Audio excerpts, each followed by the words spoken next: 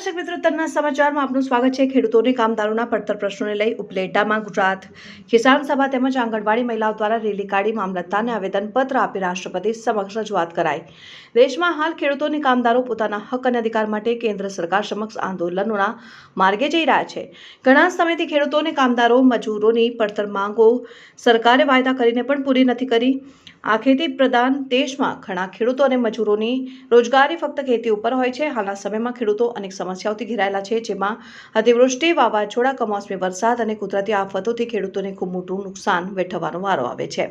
ઉપરાંત ખેતી પેદાશો ઉત્પન્ન કરવા માટે ખાતર, બિયારણ, જંતુનાશક દવાઓ, ડીઝલ અને ખેતી માટે ઉપયોગમાં આવતા ઓજારો, આ તમામ વસ્તુઓમાં જે ભાવ લગાતાર વધી રહ્યા છે, તેથી ખેડૂતો ખૂબ સંકટમાં આવી રહ્યા છે। આથી ખેડૂતો કર્જમાં આવીને આપઘાત કરવાના બનાવો બની રહ્યા છે।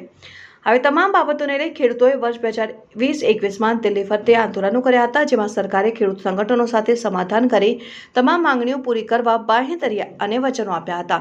તે મુદ્દાઓ પર હાલ સુધી કોઈ કાર્યવાહી કરવામાં આવી નથી। ત્યારે ફરી એકવાર ખેડૂતો અને કામદારોએ ગુજરાત કિસાન સભા સાથે મળી મુખ્ય માર્ગો પર રેલી યોજી ઉપલેટા મામલતદારને આવેદનપત્ર પાઠવી દેશના રાષ્ટ્રપતિ સમક્ષ ખેડૂતોની લાગણી અને માંગણી અંગે જાણ કરીને ખેડૂતોના અને કામદારોના પડતર પ્રશ્નો હલ કરવાની અપેક્ષા સાથે રજૂઆતો કરાઈ।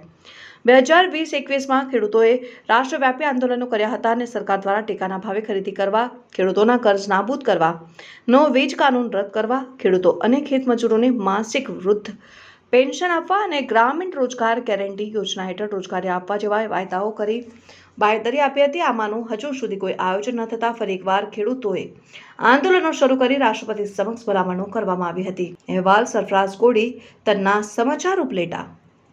હું કાનાબા ડિમ્પલ અને અમે 2 દિવસની રાષ્ટ્રવ્યાપી હડતાલમાં જોડાણા છે। તો મારે સરકારને કહેવું છે કે અમે જે આંગણવાડીમાં કામ કરીએ છીએ એ દરેક કાર્યમાં અમે જોડાઈએ છીએ। અમે બાળકોને આખા ભારતને કુપોષણમાંથી દૂર કરવાનું પાયાનું કામ કરીએ છીએ।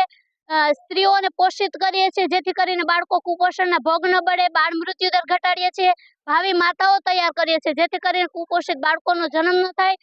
તો આવું સરસનું પાયાનું કામ કરીએ, બાળકને પૂર્વ શિક્ષણ આપીએ છીએ અને આટલું પાયાનું કામ કોઈ પણ કામગીરી સરકારની હોય, આરોગ્ય ખાતે અમે જોડાયેલા છે તો આરોગ્યની સેવાઓ પૂરી પાડીએ છીએ। જો આટલી બધી સેવાઓ પૂરી પાડતા હોય તો પછી દેશના પટાવાળા કરતાં પણ જો અમારો પગાર ઓછો હોય તો એ વ્યાજબી નથી। એટલે સરકારે અમને લઘુત્તમ વેતન આપવું જોઈએ, અમને કાયમી નોકરીમાં કરવા જોઈએ, નહીં તો પછી અમે ઉગ્ર આંદોલન કરશું અને ચૂંટણીનો બહિષ્કાર કરશું। અમે અમારા પરિવારજનો બધા જ બહિષ્કાર કરશું અને મોદી આ વિશે જલ્દીથી જલ્દી નિર્ણય કરે એવી અમારી આશા છે। મારું નામ ડાયાભાઈ ગજેરા, સંયુક્ત કિસાન મોરચા ગુજરાતના સહકન્વીનર તરીકે કાર્ય કરું છું। આજે દિલ્હીની અંદર જે ખેડૂત આંદોલન ચાલી રહ્યું છે સંયુક્ત કિસાન મોરચાના નેતૃત્વમાં, તેમણે આહવાન કર્યું હતું કે તારીખ 16ના રોજ ગામડા બંધ અને ભારત બંધ અને ચક્કાજામ। અમે રાજકોટ જિલ્લાના ઉપલેટામાં કાર્યક્રમ કર્યો છે અને આ કાર્યક્રમથી સરકાર સમક્ષ માંગ કરી છે કે સરકારે 2021માં ખેડૂતો સાથે કરેલ સમાધાનનો અમલવારી કરી નથી, એ અમલવારી કરે। ખેડૂતોને ટેકાના ભાવ માટેનો કાયદો બનાવે, ખેડૂતોના કરજા નાબૂદ કરે, ખેડૂતો અને ખેતમજૂરોને પેન્શન આપે, વીજળીનું ખાનગીકરણ બંધ કરે અને ખેડૂતોના જે કહેવાતા અનેક પ્રાણ પ્રશ્નો છે એ બાબતે સરકાર ખેડૂતોને આપે। સરકાર જે રીતે કોર્પોરેટ કંપની તરફી નીતિઓ બનાવી રહી છે તેને કારણે આજે ખેડૂત અને ખેતમજૂરોની રોજગારી જૂટવાતી જાય છે। ખેડૂતો કરજદાર બનતા જાય છે, ગામડાના અને ખેતમજૂરો કરજદાર બનતા જાય છે।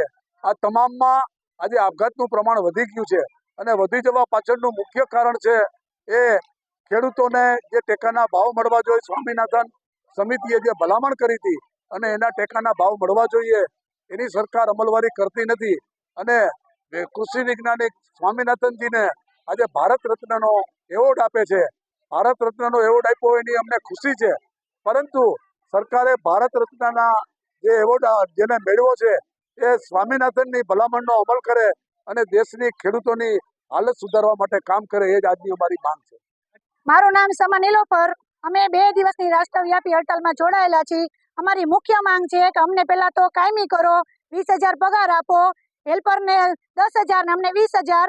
અને અમારી કાયમી માંગ એવી છે કે અમને છે ને કા રજિસ્ટરમાં કામગીરી કરાવો ને કા મોબાઈલની કામગીરી કરાવો અને અમને છે ને જે ગ્રેચ્યુટી આપી છે ને એ હજી અમને મળી નથી ઘણા બહેનોને, અને અમને કાયમી કરશે ને તો જ અમે છે ને આ કામગીરી આગળ કરશું. જો નહીં કરવામાં આવે તો અમે આંગણવાડીને તાળાએ આપશું અને એક પણ પોષણની કામગીરી નહીં કરીએ, પુરવઠા વિસ્તરણની કામગીરી નહીં કરીએ અને ચૂંટણીનો બહિષ્કાર કરશું. અમારા મમ્મી પપ્પાને કહેશું અને અમારા કુટુંબજનોને કહેશું, ચૂંટણીનો બહિષ્કાર કરશું. અને જો આ માંગણી સ્વીકારવામાં નહીં આવે ને તો અમે ઉગ્રથી ઉગ્ર આંદોલન કરશું.